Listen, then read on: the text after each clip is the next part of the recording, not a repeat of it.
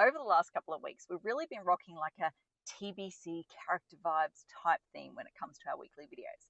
So I thought, hey, this week, why don't we just continue that whole theme and let's talk about LCS curveballs. So when it comes to the TBC or traditional building character overlay, there are two sub-precincts. The first is NCS and the second is LCS. So NCS is neighborhood character sub-precinct and LCS is local character sub-precinct. Bit of a mouthful, I had to think about that for a second. Now, I'd probably suggest, I don't know, 95%, and I am just pulling a number out of thin air here, but 95% of the TBC overlay properties out there are within the NCS sub-precinct. However, there is a nice little itty bitty pocket that is in like the Bulimba, Balmoral, Norman Park, Hawthorne, Morningside. I was like, there's 5 suburbs. What's the 5th? Morningside. That whole area, it's kind of the pocket bound by Thine Road, Hawthorne Road, and then the Brisbane River up the top. Now, that little pocket there you will find is in the LCS sub-precinct.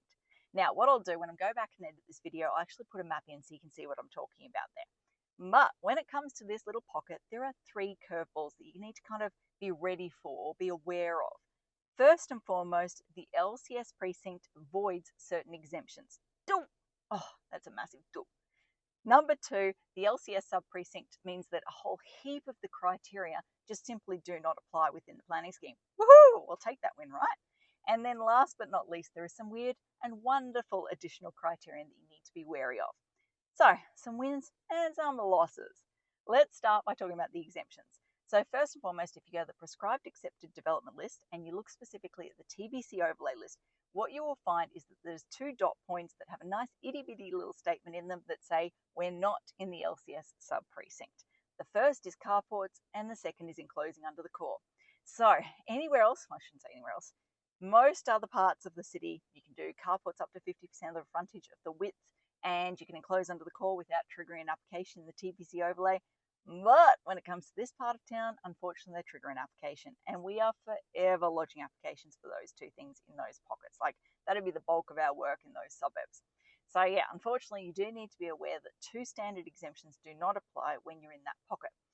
Now, when it comes to the TBC design code, the first, I don't know, I'm going to say 3/4 of the code, so I think it's like A01 to A018, something like that, does not apply to the LCS sub-precinct.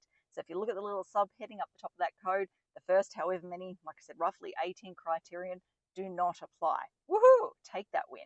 Now, there's certain criteria in there, like, for example, the front setback rule. So the rule that says you must be within 20% of the average adjoining pre-1947 setback just doesn't apply. And I probably should have said this earlier on, but the intent of these rules is kind of to add a higher standard of character requirements. So during the plan preparation process, the local community made it uber clear that they wanted a higher level of character enforcement in their pocket.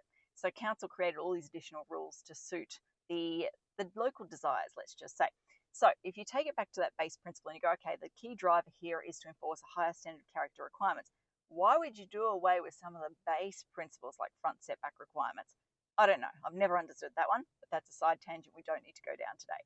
All you need to know is that, like I said, the first 3/4 of the TBC design code does not apply when you're in the LCS sub-precinct. That is a win. The counter to that win, though, is the fact that there's something like 7 additional criterion at the end, which do apply, and a couple of those are really quirky ones. So 2 that spring to mind, first and foremost, if you're doing a new front boundary fence, you need to make sure it's a maximum 1.2 meters high, 50% transparent, and made of compatible materials. Yes, it's weird. So I guess one thing to consider there is, do you happen to propose a fence as part of the application? I don't know, you might want to think about that. And then the second weird and wonderful rule is when it comes to enclosing under, you've got to set that lower level back. Now, if you're doing a front veranda, pretty stock standard. You usually can't enclose under that front veranda. There's a few exceptions to the rule, but let's just say for simplicity's sake, you need to step it back in line with the front wall. However, if you've got like a gable front room, you would normally carry that facade, that front facade, straight down directly below, maximize your space and all of that sort of stuff. Yeah, in this pocket, the acceptable outcome says you need to step it back to have that kind of recess, that overhang, the articulation, all of that fun stuff. Now, you can obviously lodge a application seeking a performance outcome with regards to these criterion, but the base starting point is to say council wants those low profile, semi-transparent, cutesy kind of fences, and they want the lower level step back, so they want those real reduced, smaller sort of footprints. So, like I said, some wins and some losses. But the moral of the story, or the point I want to get across today, is basically if you're in that little pocket, like I said, what was it? Balmoral, Bulimba, Norman Park, Hawthorn, Morningside, got there. If you're in those 5 suburbs, you need to check whether you're in the LCS sub-precinct, because it means standard exemptions don't apply, standard rules or criterion don't necessarily apply, but then there's some curveball ones that do apply. So it's just some things to watch out for, some non-standard curveballs. Anyway, that covers off everything I want to talk about today. As I always like to say, until next time, thanks for watching. For all you red tape lovers out there, I have one thing to say. Well, no, actually, I've got 3. Number 1, the advice provided in these videos is general in nature. It's not site-specific. You would be a silly Billy to go and make financial decisions based on this advice without first checking with the town planner. Don't be a silly Billy. Number 2, Brisbane town planning is in no way linked to Brisbane City Council. The views expressed in these videos are my own, not council's.